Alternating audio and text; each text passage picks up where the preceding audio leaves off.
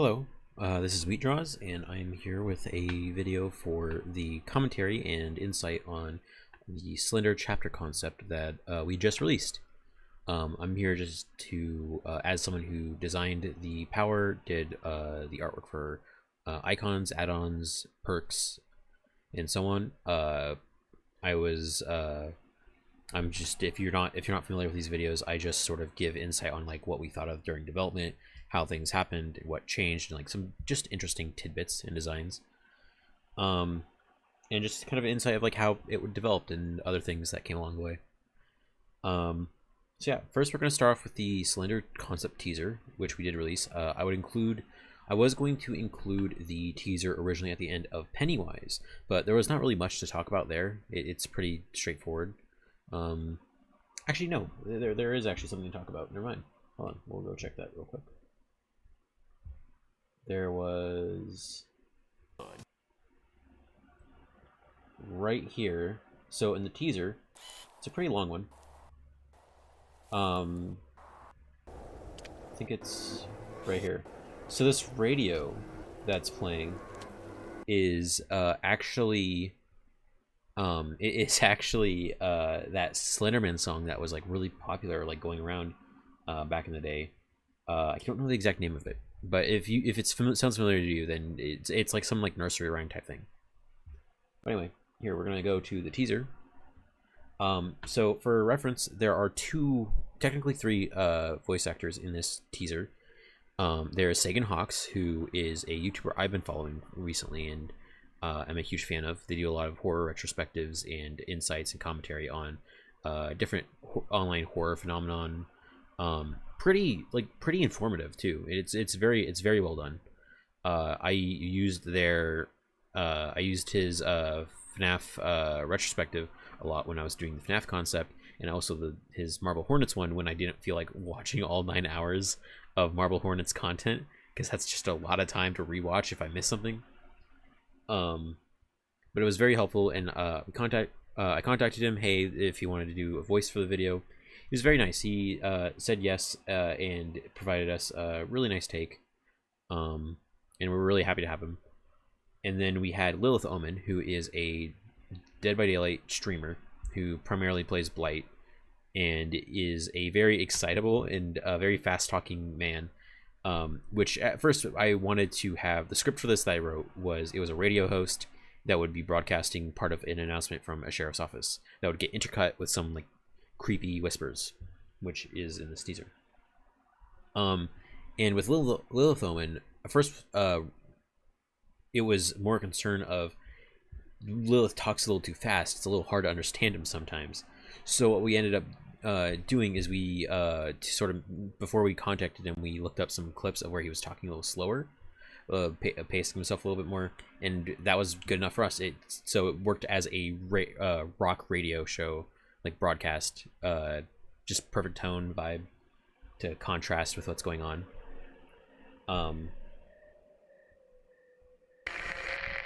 Good and beautiful morning, everyone. Before we get to your favorite Oaks Lake Park, a lot of this hasn't changed since in the final video.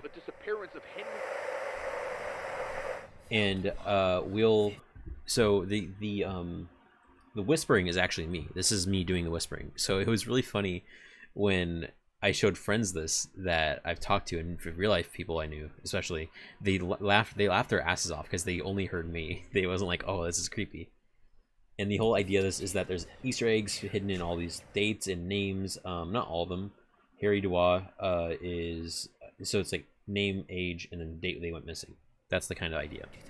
A lot of these are release dates, or when Marble Hornets ended or started.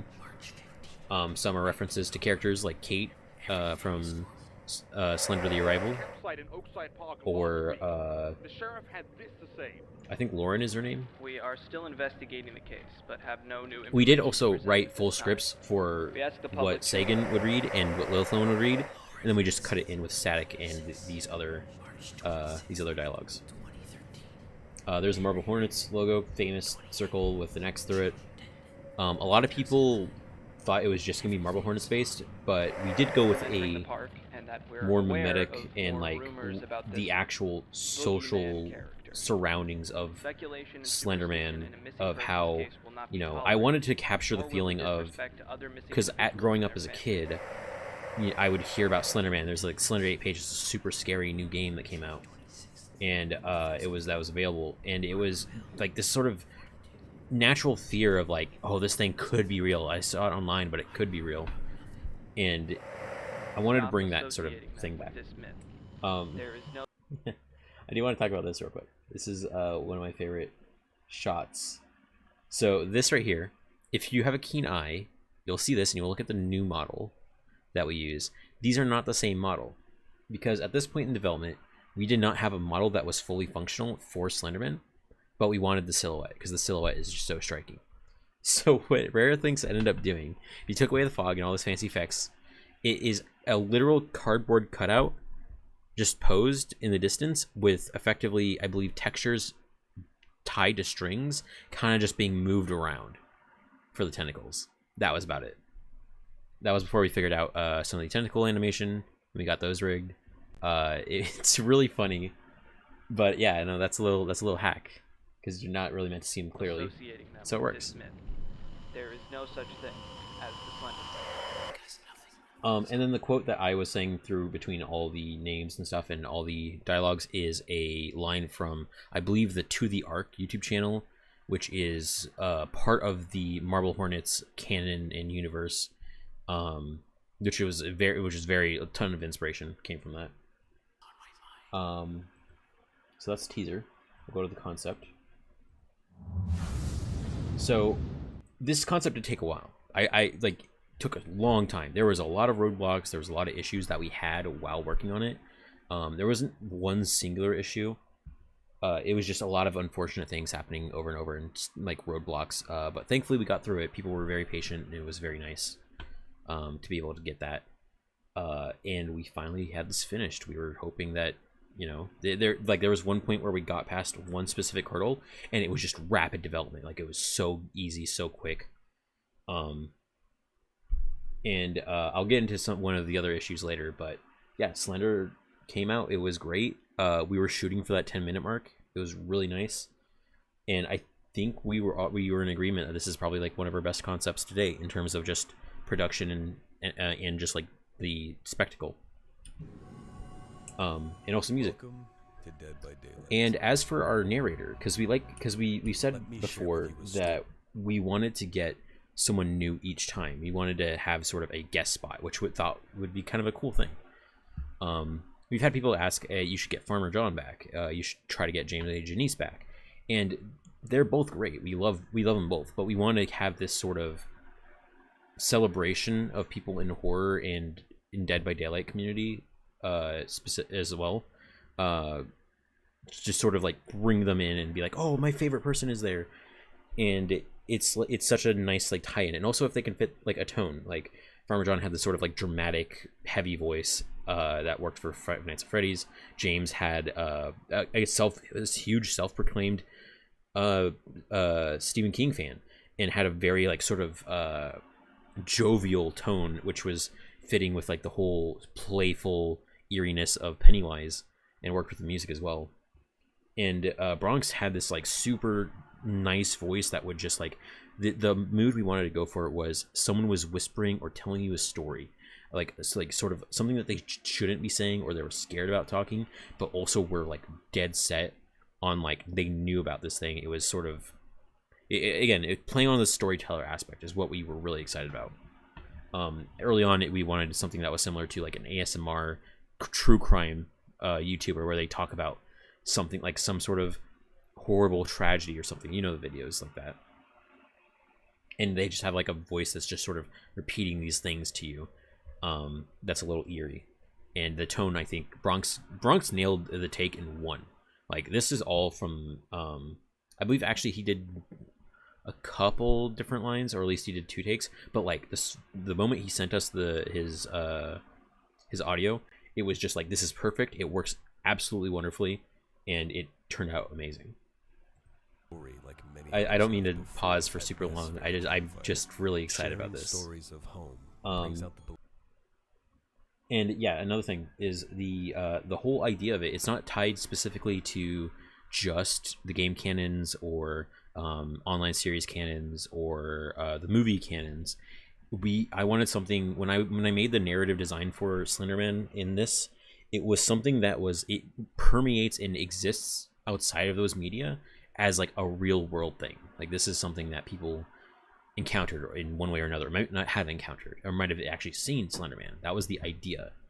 I wanted it to feel like a real world sort of story rather than, yeah, the Pyramid Head from the games is here, right? There's a weird disconnect there. I wanted to try to bridge that mimetic nature of Slenderman into a sort of more realistic, not realistic, but like more realized form. Because I think that's such a terrifying idea, is that just the idea of Slenderman is what keeps Slenderman connected to these proxies and these people. Belief of urban legends, stories, and the darker secrets of communities. And then there's the Red Tower from Marble Hornets. Something came forth. And then there's your Something Awful reference. Of something awful. There's that shot that I mentioned earlier in the teaser. Oakside Park is the canonical location of the Arrival. We took liberties. Lauren's house isn't there in its original form with like the big tall brick walls. There is I believe one or two houses on the map. I think it's just one, and we wanted it to be the idea was that it was when people remember things, they remember things about it differently. Like if you remember a living room, you'll remember the couch was this and the table was this and the lamp was this, but someone else might not remember those as well, but they might remember a bookshelf a little bit better or something. So like everything, if you meld those two perspectives, it gets a little weird. Everything's a little misshapen and out of place. And then if people remember the same person, they remember them a little bit differently, even if they regard them the same way. So the idea is that this is sort of just a conglomeration of the memory and ideas of Slenderman, which is why we have influences from the games, Marble Hornets, and mostly those two, because those are the big popular Slenderman media. So you'll see some creative liberties here and there. Like there's a crime scene. The idea was that Oakside Park in somewhere is still being investigated because of somebody going missing. Here's a reference to what is known as the bathrooms in 8 pages, the structure. Just felt like a no-brainer to include that. The new killer is. And then the Slenderman. I did talk about this on Twitter briefly. Originally, the Slenderman was going to be called the Myth because that was a popular choice for a name, and everyone has a different idea of like what they think the name should be. The reason why it got changed from the Myth to the Slenderman is purely because it felt weird writing and reading it out loud for me personally when I would refer to like the new killer is the Myth and then just keep calling him Slenderman, but then occasionally I'd have to remind myself, oh, it's called the Myth, like on everything else, and it was just weird. It felt wrong. And on top of that, it helped with the narrative we were pushing of the Slenderman isn't a myth, which is reiterated in the script here. It's not a myth because it's a real thing that has been brought into the entity's realm. A myth is something that isn't real. So I wanted to make that clarification as a way of it's perceived as a myth, but there's a truth to it. There's an actual real thing that is associated with it. And that is a part of it. That is what it is. So the Slenderman also just made more sense. Another request was the Operator. Operator is a huge popular name. It's Marble Hornets' name. It works well for Marble Hornets fans, but there's a lot of people who don't watch Marble Hornets or aren't aware of the series and its impact on Slender. So it felt like that might have been like a little like getting some people not associated with it directly. So just calling it the Slenderman just made sense in terms of an internet mythos, because everyone knows what the Slenderman is. If you say the Operator, some people might know. Some people probably are going to be like, I don't know what that is. That's weird. Their shared tall tales and legends had a connection, one strong enough. And then the narrative here is that the survivors brought the Slenderman in. It wasn't the Entity. Entity was caught off guard by it. So that's why the Slenderman comes in and is able to warp perceptions of gameplay and stuff like that. After all, myths aren't real. So they quite literally manifest this killer in, which I thought was such a cool idea, is that the survivor would bring in the killer.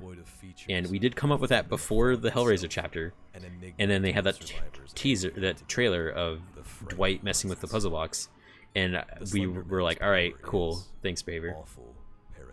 Oh, right.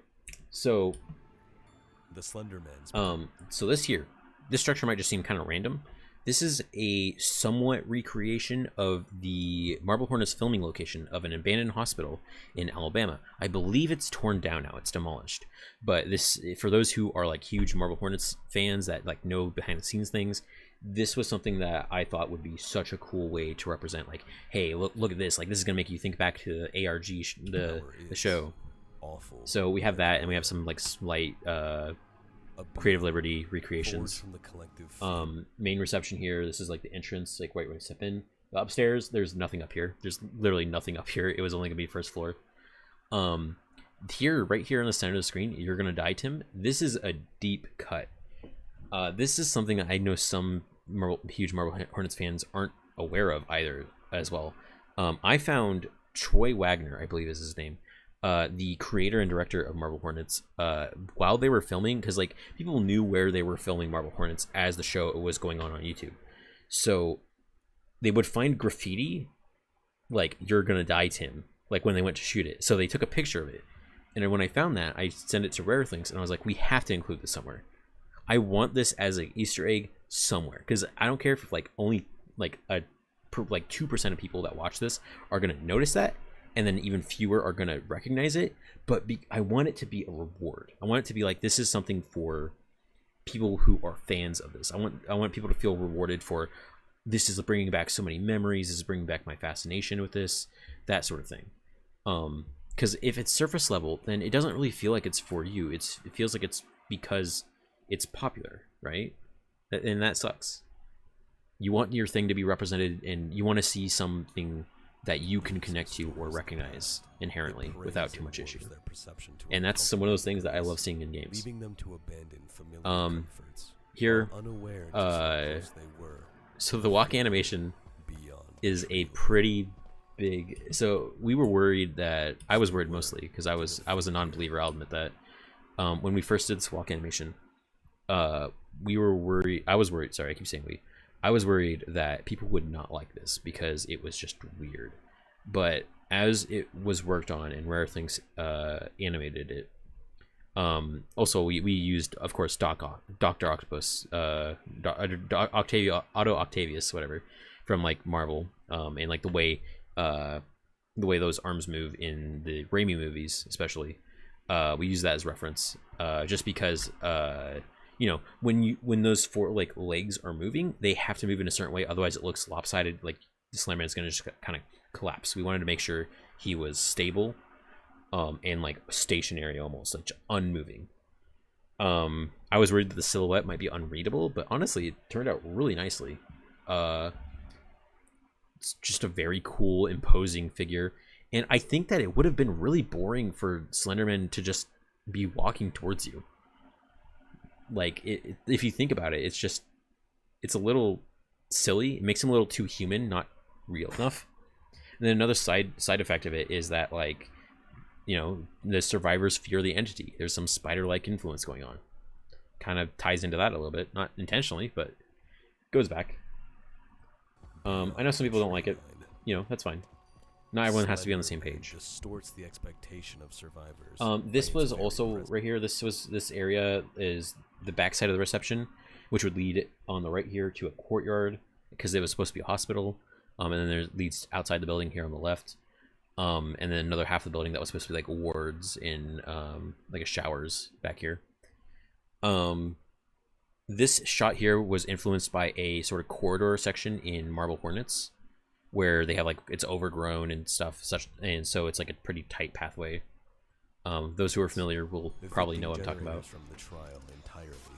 In their place, supernaturally bound pages will appear in the trial. Yeah, throughout and the the page mechanic, it was more important to have a fantasy of Slenderman than it was to have just if Slenderman had to deal with generators. Like the page mechanic had to have come first. It couldn't be a side thought. It couldn't be something you could ignore potentially or just never interact with. You have to interact with pages. That was the idea. I did post some GIF. I did post some GIF concepts of the attack animations and some of the other animations on Twitter.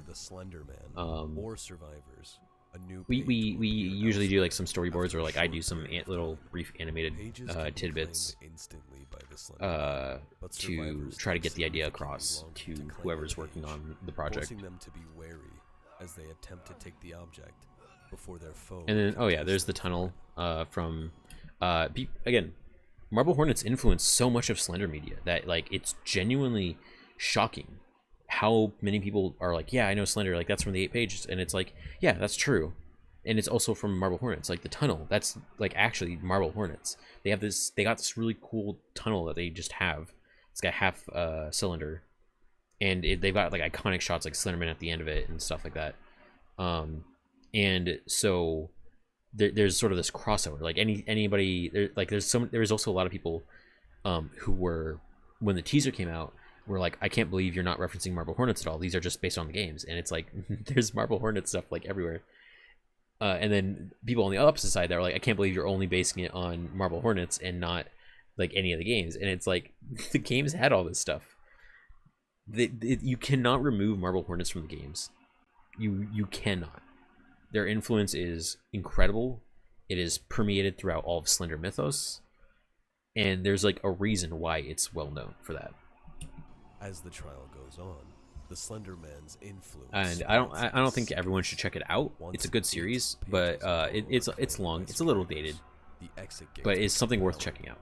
But the Slender Man is at his strongest once 8 pages are collected by himself. And then of course we have the 8 pages. That had to be a tie-in mechanic. I did want a power that was similar to level up mechanics that increased as the game went on, just sort of to replicate the what is it? They replicate the game mechanics, like especially of the 8 pages, where Slenderman got more and more aggressive as you got more pages. Because I just felt like that made so much sense and it was so easy to do. As for this unnerved mechanic, we worked on this before Dredge came out, and then Dredge came out and got like leaked, and I was like, God damn it, I hated it, but I love Dredge. I think Dredge is a great killer. So the unnerved status effect is similar, where it reduces a vision range as far as you can see. It makes it difficult for you to see anything beyond that. So it's Nightfall, effectively, and then you also have a special condition that makes you susceptible to one of his later powers, which is Arrival. And the pages emanate them. Slenderman, I believe, can inflict it in a specific way as well. And then when you get to 8 pages, all survivors are unnerved constantly, which means they're also deafened, or they can only hear the heartbeat in their ears. So sounds like your sensory is like cut off.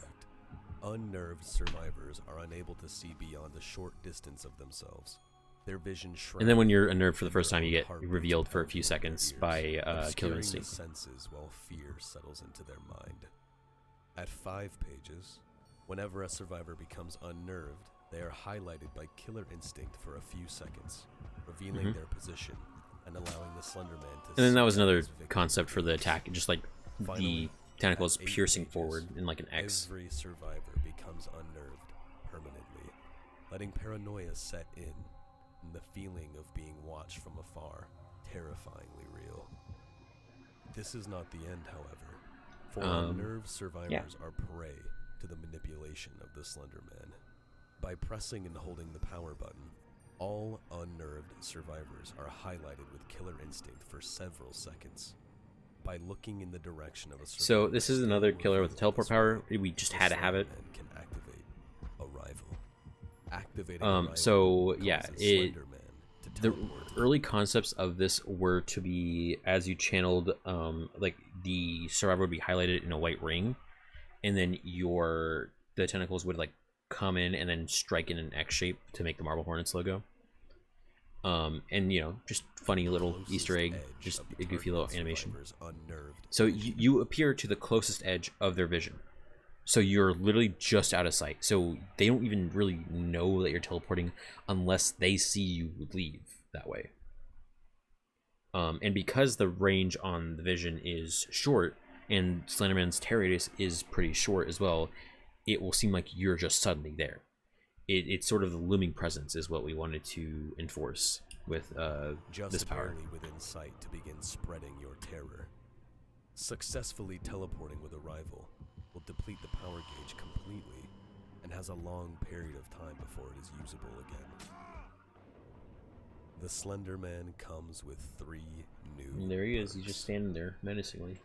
Diversify your selection of prey with lasting impression. After hitting 4 unique survivors with a basic attack, this perk reveals the auras of all survivors in Yeah, the so this trial was for a short time. this was a perk that After felt the like auras just are seemed like a revealed, no-brainer. this I perk love perks that resets, have you do allowing for each unique additional survivor uses to do spread this fear type of thing. through one I think they're or very many interesting designs and they can communities. be very good. Tarnish their sense So just a of hit mechanic like security that seemed and fun. safety with invasive silence. Invasive silence was another cool perk. Whenever a totem is cleansed or blessed by a survivor, that survivor suffers from the deafen I status think effect the for a deafen period of status time. effect, I know I threw it like Invite- everywhere in this concept, but I think the deafen status effect is a very cool status effect that will throw survivors super off. Because like sound is so important, and you know there's the joke that doesn't work all the time, but like if you were deprived of sound intentionally, then it becomes an issue. Letting in darker forces to pursue. So and also it's a totem, If that totem was a protection hex, type the of perk. survivor becomes the obsession and shares the same burden of silence with all other survivors, pulling everyone into a state of anxiety.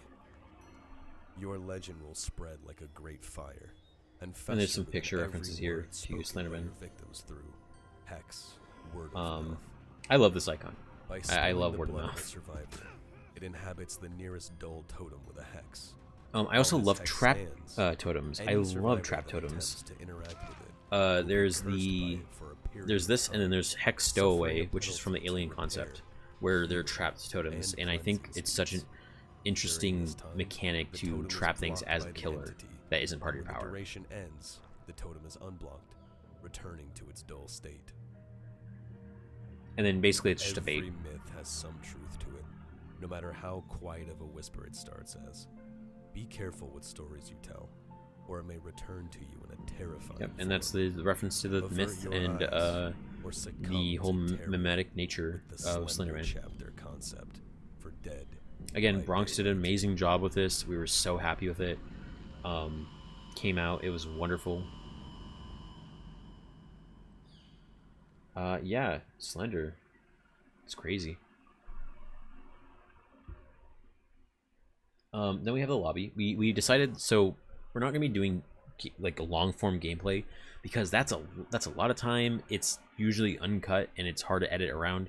If you fuck up on one take, then you just kind of have to throw in the towel and do it again, which is not fun, not good, and it's a lot of wasted time if something goes wrong. And on top of that, with how we're recording higher frame rate content now, it runs on half speed. So you're playing at half speed. All these clips were originally half speed, and then they're sped up in editing. So, like, there's a lot of time spent. Yeah, we have the menu. It's just the gates. It seemed like a super obvious choice. And just, again, the aesthetic of the pale blue and white and black just seemed so right for Slenderman. Oh yeah, here, we'll go to this. So his character card, again, I wrote pretty much all the text for these characters. Horrifying killer, difficulty hard, just because like it's a lot to change up to. You expect to patrol gens. Your power is primarily a passive, admittedly, so you have the teleport. You'll have knowledge, but like it's really about you making the best choices of where you need to be and how to use that. So yeah. Summoning a horrifying killer, able to instill sheer, chilling fear in survivors, unnerving and twisting their confidence in the familiar into something of myth. What the survivors have let into the realm is unknown even to the entity. Its personal perks, Hex, Word of Mouth, Invasive Silence, and Lasting Impression allow the constant fear to seep into every action and thought of survivors, rendering them anxious and unaware of just how strong your hold over their lives has become. So yeah, like the main theme of Slenderman is that it makes people oblivious and not sure of what exactly is, how close they are to the danger, which I hope came across. I wrote this whole like lore segment, just the idea of survivors talking about Slenderman, and it invited him in rather than the entity going out and picking him out It was more Slenderman just knows where you are and if you're sharing stories of him, essentially, because again, he's mimetic. He gets shared through these interactions. Yeah, then here's the attributes. 4.6 slash 115 movement speed killer, 24 meters, just because again the killer power is primarily in the passive, to throw people off. Tall size, of course. Here's all the numbers for the perks. And then here's like the actual power text. There's a lot. It's a very long power.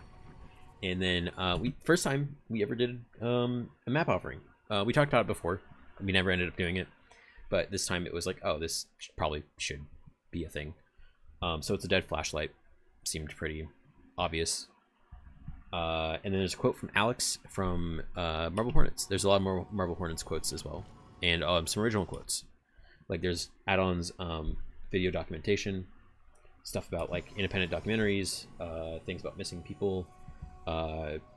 Just generally, like, not all these are tied to a canon in particular, but a lot of these are just tied to how the public would perceive this sort of thing in terms of like if it were like a looming threat that is just sort of not spoken about. So yeah, there's like mentions of like, hey, this got passed around a school, like a note about it, or this. Oh, I gotta talk about this. Oh, sorry. Lost Wallet. So for those who aren't aware, the 8 Pages game, when it originally I don't think when it came out, but later, it got an update that was called $20 mode. And anytime Slenderman showed up, he would just start playing a song. I don't remember who the artist was. It where it just goes, give me $20, give me $20. And there's like a clip of it like in daytime mode, and it's just the goofiest thing. I thought it was hilarious as a kid. It's always stuck with me since. That mode got removed from the game because they got a DMCA. Like they got DMCA'd because it's a licensed song. But yeah, so I had to have a Lost Wallet with $20 in it as an add-on somewhere. I had to reference it. It's just such a dumb joke. It's perfect. Yeah, there's some more quotes. Professional microphone. I made a little jab about true crime reporter YouTubers that talk about these horrible events, and then suddenly we'll be like, let's go to today's sponsor, Hello Fresh. Like, you know, it's a very weird tone shift. Then there's the photos, the famous original edits of Slenderman that have been made by Victor Surge. Then we have iridescent cufflink, which is iridescent items are typically just given by the entity to killers. In the flavor of this, it was given begrudgingly to words. It was given to Slenderman not willingly, or like not very happy about it, because the idea is that the entity does not get along with Slenderman because it wasn't invited in. But yeah, and then there's a blank page, which just seemed like such a clear add-on to do.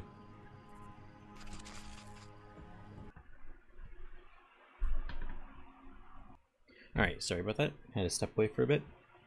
But yeah, and then we also have a cosmetic for Legion. I always joke that Legion is effectively the licensed mannequin for behavior, because Legion gets constantly a ton of like licensed cosmetics. As far like they're a very good dress-up doll. So it also felt pretty fitting that we would use what a lot of people thought was Jeff the Killer, which isn't. If they read this, it's not Jeff the Killer. It's actually it's Kate from The Rival, who is a antagonist that can chase you down in the game. So it's a proxy. It's a legendary set.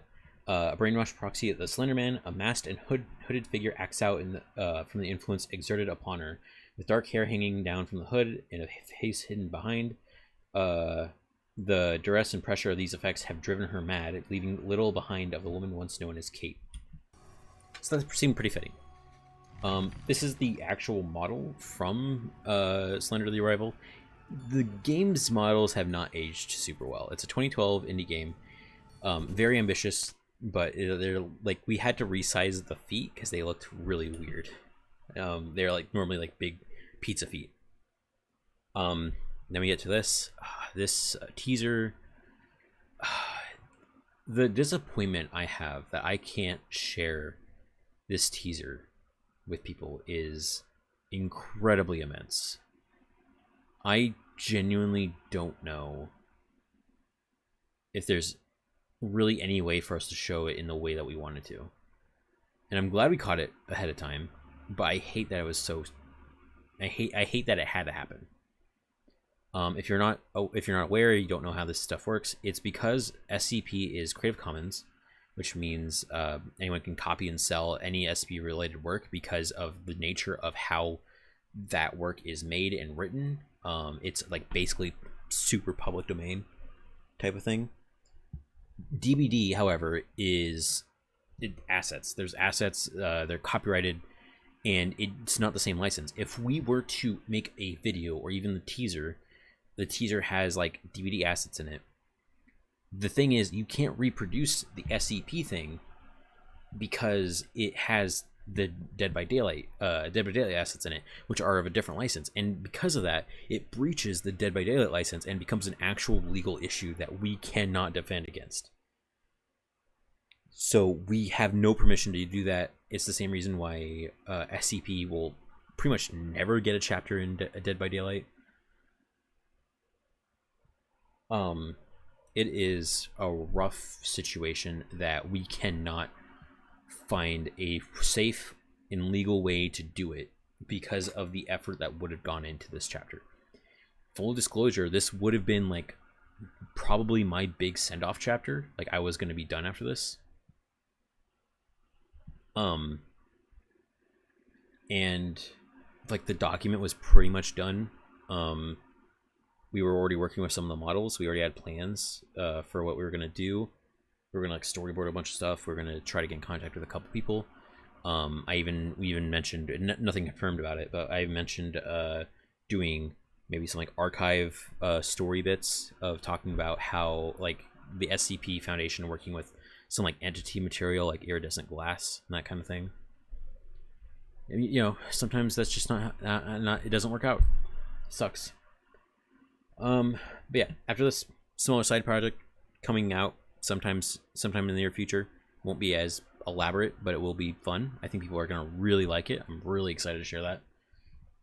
And we'll have a teaser for the next concept because we got blindsided by the legal thing. Yeah, this was a lot. It took a long time. And we were super passionate about the SCP chapter. I'll try to publish it on my website, but I need to finish it for one, and I also need to make sure I'm doing it safely and legally. So I'm gonna be like including disclaimers of like the Creative Commons license and all that. It might look a little bit different, but yeah, it's a little rough. Just how it happens. We got maybe a little too excited about it, and we didn't check. That's on us, and I'm really sorry for anyone who was excited or was looking forward to it. I think the way to have experienced that concept would have been through the video. It would have been easily like the best thing we ever did. Like, it was so good, and only 5 people in the world have ever seen that teaser, and probably ever will. It's myself, Rare Thinks First Encounter Assault, and then our 2 feedback pre-release watchers, which is my friend Kit and Cam. They were both great. They gave us amazing feedback. But yeah, it's crazy. It's a shame because the SCP fandom just keeps on losing. That's a bad joke, but no, it should. Yeah, I'm just sorry. I'm still working through the motions of it because it seems so dumb and baffling, but like that's just how it is.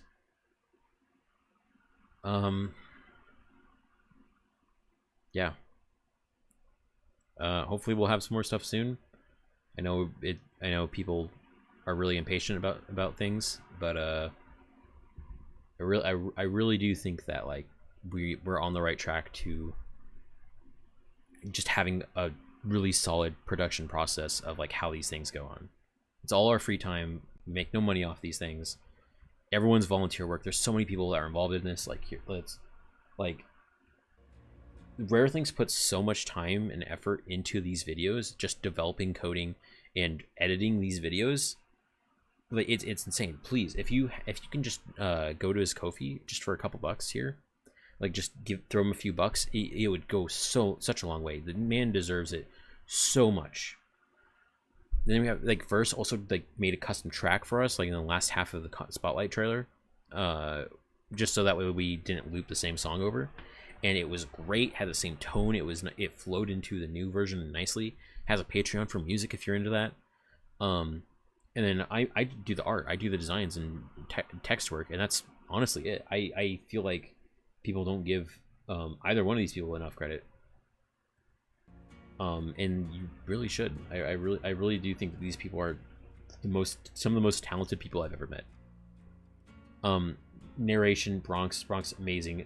The Beast Gamers is also a patron of mine, who helps us get like audio files from DVD. Super helpful. Has done it for multiple concepts before. Like we got the Dwight jingle from his elf costume for Pennywise, because it just made sense. It sounded fitting. They were super helpful with that. The Dragon 100 was super cool about helping us get the Slenderman tentacle rigged, and it was just a really useful and just super useful. Got us through a roadblock. Translators. Kay, a good friend of mine, German translation, super nice. Does cosplays on Twitter. Estofer, a Portuguese streamer. I believe they're still streaming on Twitch. Super nice and helpful. Garlic Goat did Italian translation, and First Encounter Salt did Spanish translation. And I know he doesn't like crediting himself on the video. I tried to get him to credit himself for translation, but he wouldn't. Rare Things did a Polish translation of this concept, and also I think he added subtitles for the It concept as well. Because I think he said something that was like it was a little too vain, maybe, which is fine. But like again, everyone put in so much work that like it should be recognized. It should be understood. The translators, again, like they sorry, I want to just go back to them. We know we have so many fans and people who watch and like react videos of like Spanish people who are English second language, Spanish speaking people, Portuguese speaking people, and German speaking people. The ones that I would love to have is Russian and Japanese, because I know, especially on Twitter, we have a pretty sizable Japanese fan base, and I would love to be able to provide those translations. Because I feel like, what's the point of enjoying something if it's not accessible to people? I want people to enjoy this thing in the same way that other people can enjoy it. You know, I want them to be comfortable when they're like watching something, or they're, you know, subtitles are huge. I think a lot of videos should have subtitles. For that reason, accessibility for like hard of hearing people as well. I'm a huge believer in that kind of thing, and especially in gaming. Yeah, sorry about that tangent. Just I have an immense appreciation, and I think these people should be thanked more for this. Special thanks to, again, Cam and Kit. Cam is a is someone who works on their own custom models and outfits for Dead by Daylight and VHS, or Video Horror Society. They're super nice, super helpful. You can go on Twitter and check them out. And I believe they also have a Patreon up for people who want like renders and stuff like that. Kit is a close friend of mine that I've known for, it feels like a lot longer, but for a few years now at least. And with them through Dead by Daylight, they have been a huge help. I usually run ideas by Kit all the time, just to see, what do you think of this, like as a DVD thing, like what about this power idea, just because I trust their opinion. They were super helpful with some of the pre-release feedback. Again, so many people contributed to this, and it seems like, you know, we're not like a huge studio. We're all over the world, like quite literally. Like the core team of myself, Rare Things, and First Encounter Salt, like America, Poland, and Argentina, we're all over the world, like completely different places. And then on top of that, translators all over the world again. It's a lot of effort from a lot of people to make something like this. I highly recommend. We have credits in the description of this video. of the concept video. Everyone has their links. I believe the only one who doesn't have a link is Beast Gamers, but that was because they didn't want to have something linked. I think I could be wrong, but like all these people deserve deserve the help, deserve the thanks for their help. If you use the captions, please go to the person who translated it, say thank you for your work. Something, just give them a follow or like some sort of interaction, because I want them to know that their contribution, people really look forward to it. People really want to have that accessibility. Yeah, sorry, again, I'm going off script. I'm just talking about stuff. That's really all I can think about talking. We won't be doing gameplay. Again, I mentioned it earlier. It's a lot of work. It's more annoying than it is worth it usually. There might be more content, something along the lines. Who knows? The future is never certain. We've said things before that we said we wouldn't do, or we might not do, and that we did, or vice versa. Yeah, because we're, at the end of the day, we're just fans that want to do something cool. Yeah. I'm glad this finally came out. I've been sitting on all this information for so long that I'm going crazy. Probably a week or so after this, I'm just gonna be if I see anything Slender related, I'm probably gonna lose my mind. I'm gonna go insane. But yeah, that's it. It's crazy. We've done a lot of work. If you're one of the people still watching this, thank you so much for watching this. Me rambling about stuff that I act like I know anything about, and just some general insights and commentary on it. Yeah, I appreciate everyone watching. I appreciate everyone sharing their interest and giving feedback, and also talking about just how much it means to them. I've seen so many comments from people saying, I got taken back to 2011, I got taken back to 2009. Just like, I remember when I watched this, they're like, oh man, so it's scary, or even just saying like, this made me remember why I liked horror, because it was my introduction to horror. And I've already gotten, like, it's not even 24 hours since the video came out, and I've gotten like 6 to 10 messages basically, from total strangers to friends, and just people congratulating and people being very nice.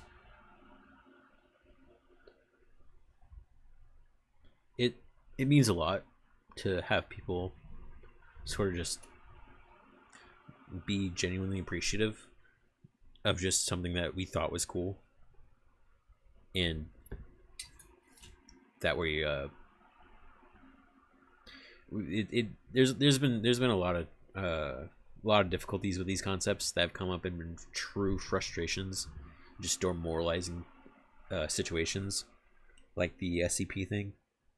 And it just means a lot that people not just understand or can sympathize with the situation, but like really actively look forward to it. Like, we were talking about, like, as the video was premiering, sorry, one last tidbit. As the video was premiering, we saw people were waiting an hour before the video was going up. 100 people were waiting on the premiere, and our peak, I believe, was 950 people watching the FNAF concept when the video was going on.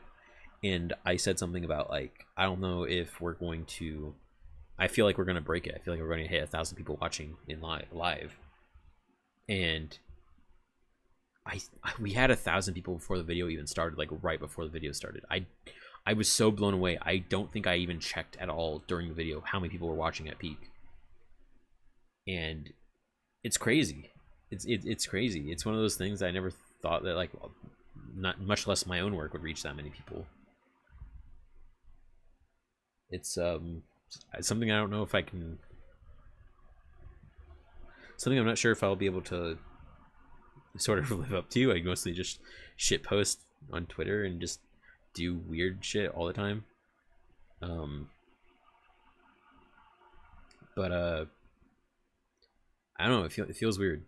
It feels weird to be recognized, especially like I've gotten recognized because of this. In many places I didn't think would have happened. And I have you guys to thank. Like, if you're watching this, you're probably like a diehard wheat head or diehard wheat fan, something, you know, something like that. Because, you know, people are gonna watch the main fun. People who are gonna watch this are gonna be like, oh, this isn't the concept. I'm gonna go back and see if I can find the concept video. Yeah, it's hard. I'm one of those people that have a hard time expressing my appreciation for something, even just like small minor things. And this stuff means a lot to me. It really, really does. Sorry, I'm gonna call it there. Thank you so much for watching. Sorry this is so long. It's almost an hour. I didn't even realize it. There's a lot to talk about. There was a lot to mention, and just hang out. Appreciate it. If you like my work and stuff, you can always find me on Twitter. I'm mostly just talking and shit posting there. Occasionally I'll make important posts. If you know me for my perk packs or my icon packs, you can find perk pack series on Twitter as well, and follow me for updates there for that project, or just find me on the Dead by Daylight icon toolbox for all of your perk packs or all your perk pack needs. All right, thank you all so much. I hope you have a wonderful morning, night, day, and I hope you all take care. See you guys next time.